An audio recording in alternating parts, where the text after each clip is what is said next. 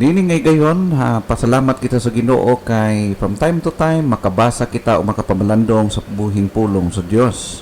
Nga maoy pagkaon sa ato mga kalag, nagaingon ang pulong sa Dios that man shall not live by bread alone, but by every word that proceedeth out of the mouth of God. Importante kayo ang word of God sa atong kinabuhi. Therefore, ang atong adlaw atong sugdan sa pagpamalandong diha sa pulong sa Ginoo. Nini nga buntag karon mag-isgot kita about why must avoid drifting away. Why must avoid drifting away? Nganong likayan na to nga magakaanod kita palayo sa tama nga posisyon sa pagkinabuhi na to diha sa Ginoo o diha sa pagsunod sa pulong sa Ginoo. Magabasa kita din sa Hebrews chapter 2 sugod sa verse 1 nagaingon, for this reason we must pay closer attention to the things we have heard, or we may drift away. In verse 2, for if the word spoken by angels was steadfast, and every transgression and disobedience receive a just recompense of reward. In verse 3, how shall we escape if we neglect so great salvation, which at the first began to be spoken by the Lord, and was confirmed unto us by them that heard Him. Hinaot nga ang Diyos mag-bless ang pulong atong nabasa karon. Dili nga gayon ato nga tan-awon ang mga pulong nga gusto sa Diyos ipaabot kanato. Ingon pa sa verse 3, how shall we escape if we neglect so great salvation? Paano makaligtas ang usa ka tawo sa dako nga trahedya sa iyang kinabuhi? Ang pinakadako nga trahedya sa kinabuhi sa tawo kung ang iyang kalag maimpyerno tungod kay gi-reject niya, gineglect niya ang dako nga offer sa Dios nga mao ang kaluwasan. And not only for the unbelievers or sa mga tao nga nag-reject sa gospel concerning sa salvation o gihatag gi-offer sa Dios nga kaluwasan, but also nagahisgot usab siya sa mga magtutuo, even sa mga Christians nga nakabalo sa truth pero naghinay-hinay sa pagpalayo gikan kaniya. Mao kining gi-mention din sa verse 1, or we may drift away. Mao kana siya kung atong tan-awon ang passage gala, aduna siya mensahe not only for those who totally naga-neglect sa gospel, sa salvation gi-offer sa Dios, but also even to believers. Kung iyang gi-reject or iyang palayo ang iyang kinabuhi gikan sa mando o sa mga kabubuton sa atong Ginoo. Now, nay usa ka story, a tragic story of two young men while fishing. Akong bagsahon para kanatong tanan. Two young men were fishing above a low dam on a river near their hometown. As they were concentrating on catching fish, they were unaware that they had drifted until they were not far from the water flowing over the dam. When they realized their situation, the current near the dam had become too powerful for them to keep their boat from going over. Below the dam, the water was dashing with strong force over great boulders and through crevices of the rocks, caught by the swirling waters under the rock. They never came to the surface. After days of relentless searching, the divers finally found one body, and then 2 or 3 days later, the other. So, ato makita nga usa kini siya ka true story sa duha ka tawo nga nagapangisda sila, no? Nagapanakop sila isda pero nakalimot sila, unknowingly nga naanod sila og nahulog sila sa usa ka dam og dito nangamatay silang duha. Dako nga trahedya nahitabo kanilang duha gumikan sa ilahang nga pagka-anod, no? Na instead nag-enjoy sila sa pagdakop og mga isda pero na hatod sa dako nga trahedya sa ilang kinabuhi. Now, Christians, friends, the danger of drifting is not limited to the physical realm. No? Dili lang na sa physical nga aspect, sa tinuod nga physical nga aspetos ng kinabuhi, but also, kung imong tan-awon, it is also common for Christians to drift toward destruction. Na ay daghan mga events or mga situations sa Kristohanong kinabuhi, daghang mga Kristohanon nga nagsimang, nagpalayo, na anod sa daloy sa kalibutan o nihatod sa ilahang nga destruction, sarili nga kapahamakan. Just be honest. Are you not drifting away from the Lord? Pangutana imong kaugalingon ni Gala, ikaw ba karon wa ba nimo na sense basi kung nagakaanod ka na sa bulog sa kalibutan, sa pressure ni ini nga kalibutan? Why must avoid drifting away? Nganong kinahanglan nga i-avoid, likayan, bantayan nato?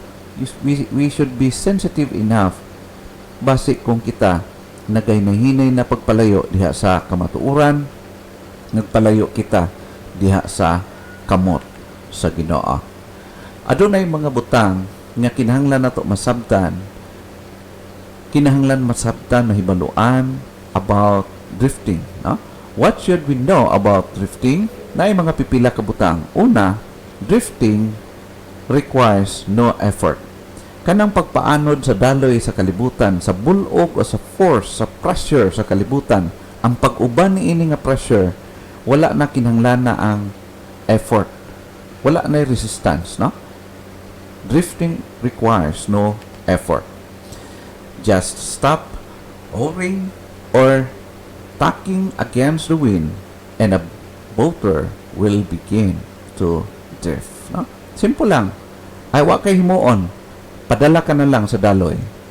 O even wala na mo nabantayan, nagakaanod ka na nga nagakaanod. Mao ka nang unang butang, no? Drifting requires no effort. And number 2, it is an unconscious process. Ang pag-drift away from God or from the truth is an unconscious process. Wala, di lang nimo mahibaluan. Dili ka makabantay nga ang sige na di ay ang pagka umido, no? Kung sa ato pa murag nagahinay-hinay sa pag ang atong pagkinabuhi nagapalayo sa truth, labi na kung unaware kita, no? Unconscious process. Now, pwede mahitabo kini sa matag usa ka nato nga unaware kita nga we are already drifting from God or from the truth. Now, in a boat or undercurrents are often unnoticeable from the surface, no?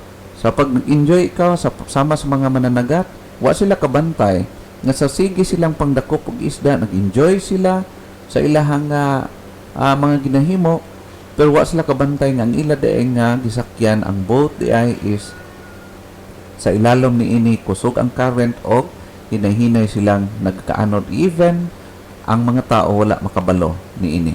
In a plane, the wind or gravitational forces move the plane without you realizing it.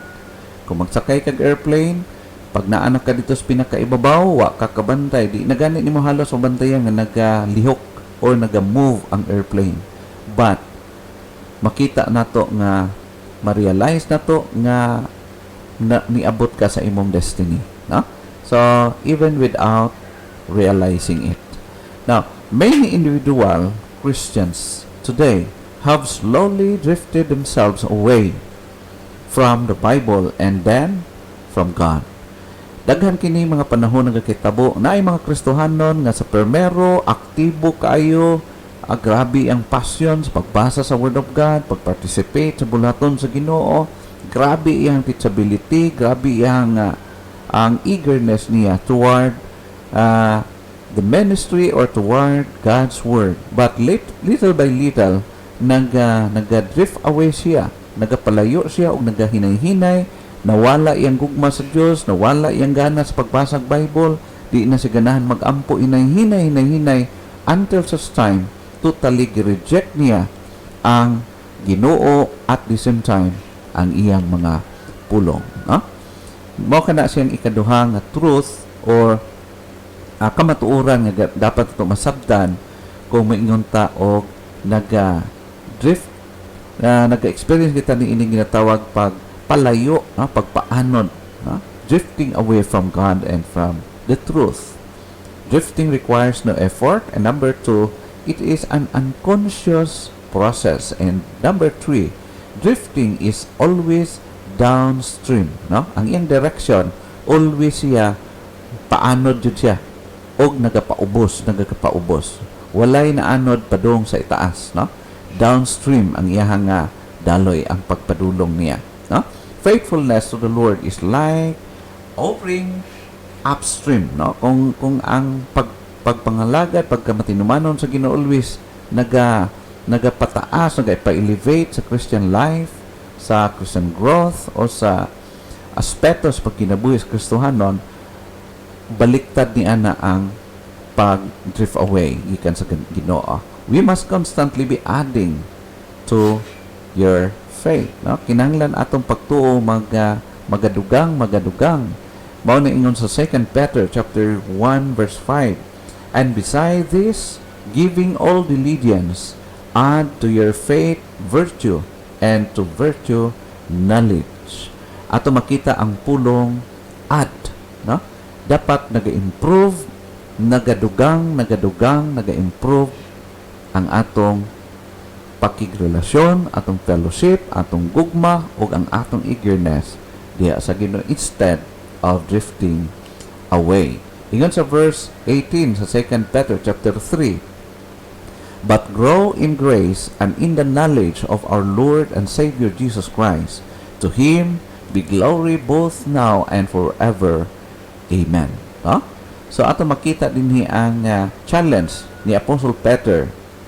But grow in grace and in the knowledge of our Lord and Savior Jesus Christ. Grow. Always be growing. Now, the moment you stop growing, you start going backwards or downwards. Mao na ang realidad. The moment na mo stop kita sa pagtubo o pag-improve sa atong spirituhanong pagkinabuhi, sa pagpangalagad, that's the time nag-start usab kita sa pagpaubos, nagakaubos o naga-diminish ang ato ang spirituhanong pagkinabuhi, atong gugma, atong eagerness, tanan nga maayo magakawala sa atong pagkinabuhi. Mao kana siya ikatulo, drifting is always downstream. Wala gyud pag drifting nga ginatawag nato nga nagapadulong pataas. Always downstream ang iyang direction. Now, ikaupat, downstream speed increases. Remember, ang pagpaanod nato paubos or ang pagkahulog sa usa ka tawo, ang direksyon pagpaubos nagakaanam siya kakusog, hangtod nga nagakakusog o nagakakusog, no? Mao kana siyang speed kung pagpaubos ang atong hisgutan. Lahi kung pagpataas kahinay ang iyang pag-angat, pero pagpaanod nato is paspas ang speed niya. The dangers increased with the speed of the drift. Pareho sa usa ka tawo nga nahulog gikan sa pinakataas nga building. Pagkahulog niya, samtang nagakaduol siya sa lupa, nagakakusog ang iyang speed o nagaka-dangerous kayo ang iyang tangan. Kaya anuman, pag-abot niya sa yuta, mo nang mabuak ang ulo, mapusgay siya, no? Mapusa kung taas kayo ang altitude, ang katason sa building. Mao kana siya ang realidad. Nagakakusog, habang nagakakusog ang gravitational force gikan sa earth, ato makita nga nagakaduol o nagakakusog usab ang speed niini. Og ang danger is much more. No? Mao kana siya ato makita igala. When we can hear the noise of the waterfall, it is already too late. No? Kung sama naa kita sa boat, unya madunggan na nato ang tubig na nagabagsak dito sa tumoy kaayo sa falls, nya naka sa ibabaw, lisod na kay nimo makapugong pa ka, maanod ka na gyud ug madala ka na sa current. No? Mao kana siya ang realidad igala. When we lose sight of land, it is more difficult to discern that we are drifting. Kung naakastunga sa laod, no, daghan ko na istorya mananagat kay dinhi sa among area sa Baganga, na tubangan kita sa Pacific Ocean, o daghan mga mananagat, mga kaigsuonan nato na sumala pa nila nga pag munaa ka dito sa tunga sa laod, di nakakabalo. Kung di ka suhito, di nakakabantay kung asa dapit ang imuhang lugar. Posible ka masaag o makadunggo ka og laing lugar, no? And naka-istorya ko o naka-experience gyud ni anang tinuod nga panghitabo na anod sila ngadto sa lahi nga yuta, no? So mao kana siya ang ato makita igala, pag di na nimo makita ang land, posible ka lisod na kay nimo ma-discern kung nagakaanod ba ka o wala. Okay? So as we move farther and farther from the Lord, we are careless and less. We care less and less about what we do. No, kung nagapalayo ka sa Ginoo, nakakabasag Bible, nakakadungog sa Word of God, so wala nay mga warnings, wala nay mga pagbadlong, wala pag-challenge, wala pag-remind kanato, wala na takabantay nga ato din ginahimo dili na makalipay diha sa Ginoo. Abi nato nag-enjoy lang ka, pero daot na day kayo ang imong ginahimo. Ha? Downstream speed increases. And number 5, drifting is dangerous to others. Mao kini siya ang usa nga realidad dapat masabtan.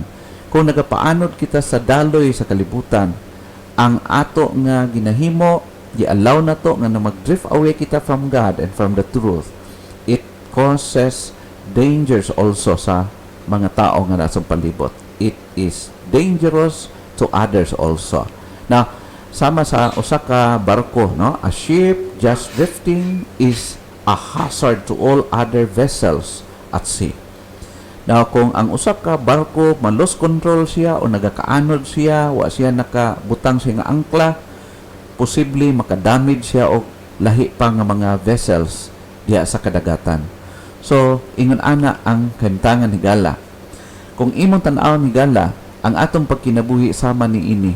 Kung kita nagapaanod sa daloy ni kalibutan na mahimo tang destructive sa kinabuhi usab sa uban, kauban nato mga Kristohanon, if we are not careful sa atong pagkinabuhi, if we are drifting away from God and from the truth, mahimo tang sama sa hilo nga mapait o sama sa usa ka pader nga nibabag, instead nga ang gospel sayon nga ipaabot ngadto sa mga tao, sayon nila masabtan, mahimo mugahi ang ilang kinabuhi. It's because sa pagkinabuhi nato wala nagsunod diha sa kabubuton sa Ginoo.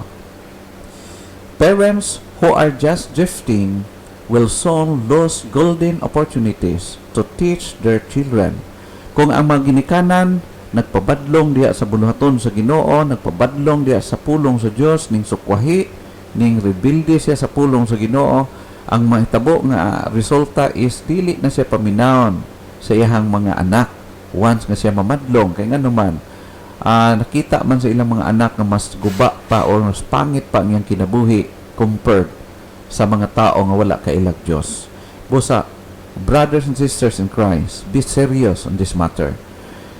Kung ikaw ginikanan pagkinabuhi subay sa balaang kabubuton sa Dios, in order na maging effective ikaw ug tuuhan ikaw sa imong pamilya, once nga mosulti ikaw, magtudlo ikaw, mahitungod sa kamatuoran. Ingon pa sa Ephesians chapter 6 verse 4, Fathers, do not provoke your children to anger, but bring them up in the discipline and instruction of the Lord. Now, sad to say, nga daghan sa mga Kristohanon as of this time, sa atong kapanahunan, sa atong kalibutan, nga ang ila hinuong mga anak nagbadlungon kaayo, it's because Ang parents mao ang source, susi, mo'y hinungdan nga ang ilang mga anak nagpalayo hinuon diya sa Ginoo. It's because napandol itong kinakita ni sa ilang mga anak ang pagkinabuhi nilang mali. Lahi ang gisulti, lahi ilang actions. Higala, mga higala o suking di paminaw, usa kini ka seryoso nga butang. Sa tanan, nagahisgot kini kanatong tanan, no? Sa mga parents, seryoso kini nga bahin nga atong timan-an, bantayan. Ayaw guba ang pagsalig, ayaw guba ang pagtahod sa inyong mga anak tungod sa imong kinabuhi nga wala nagsubay sa tama. Hinumdumon nato nga ang atong mga anak nag-idolize sa ilang maginikanan, no? Ang atong mga anak, ang iabi nila, ang ilang mama o papa tama kanunay ang ginahimo. And then ma-observe nila, makita nila nga mali ang imong ginahimo, they will follow o either di na sila mutuo sa imuhang mga tambag later on. Now, many are tossed to and fro and carried about by every wind of doctrine. Sa atong kapanahonan karon, daghan mga tao nga nagalibog, daghan mga tao nga mura sila og napura, no? Murag na nalipong sila tungod sa daghan kaayong mga pagtulunan, unya dagdagan pagyud sa kinabuhi sa Kristohanon nga wala nagsubay diya sa balaang kabubuton sa Dios, samot sila kalibog higala. Ang imo bang pagkinabuhi karon nag-add on sa clarity sa gospel or nagmard niini, nagapahimo nga mudib ang light sa gospel because of our good or bad examples. Now, mao kana siyang ikalima, drifting is dangerous to others. Ang imo bang kinabuhi karon wala ba nakaapekto sa uban in a bad sense? And number 6, drifting away, it ends in shipwreck. Mo end siya og grabe gyud nga trahedya sa pagkinabuhi. A boat adrift will crash on the rocks or go over the falls. Ang kanang nagakaanod na dala sa daloy nga boat, uncontrolled, grabe na ang iyang epekto. Madistroso iyang sarili, at the same time, ang tanan nga iyang mabanggaan, madistroso sa uban kaniya. That's a serious matter for us to consider. For those who drift spiritually through their own neglect, there shall be no escape from a just punishment. Walay usa kanato igala makaiktad makalikay niini. All of us talks about believers and even those people who did not believe God. We are all responsible on these things. Kinahanglan nga atong timan-an, atong bantayan tungod kay ang Dios usa siya ka just God. Ihatag niya ang dapat para kanato. Only Jesus kang makarescue kanato nga tungod kay siya ang nisalo sa atong punishment nga mao ang impierno. Kung ma-fail ikaw sa pagsalig kay Jesus Christ, imog yung dawaton ang punishment dito mismo sa impierno.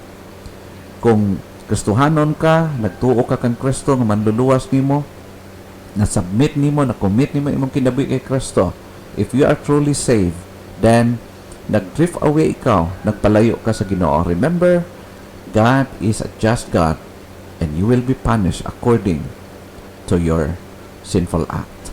So remember, usa kini ka seryoso nga warning. Ingon pa sa Hebrews chapter 2 verse 1, for this reason we must pay closer attention to the things we have heard, or we may drift away. Kung dili ta maminaw, dili ta maging seryoso, i-neglect na to ang truth, i-take lightly na to ang truth, mao ni ang possibility mahitabo ka na to, magpalayo kita sa Ginoo, at the same time atong pagkinabuhi mo sukwahi sa kabumuton sa Ginoo. In verse 2, for if the word spoken by angels was steadfast, and every transgression and disobedience receive a just recompense of reward. Ato makita, receive a just recompense of reward. Ang Diyos muhatag yun sa presyo sa atong pagkinabuhi. In verse 3, how shall we escape if we neglect so great salvation, which at the first began to be spoken by the Lord, and was confirmed unto us by them that heard Him. Hinumduman na ito igala, God knows us well. Walay usa ka nato makatago in the sight of God. Why must avoid drifting away? And what should we know about drifting? First, atong makita as of now, drifting requires no effort. It is an unconscious process. Drifting is always downstream. Downstream speed increases. Drifting is dangerous to others and it ends in shipwreck. Brothers and sisters, may God bless His word in your heart.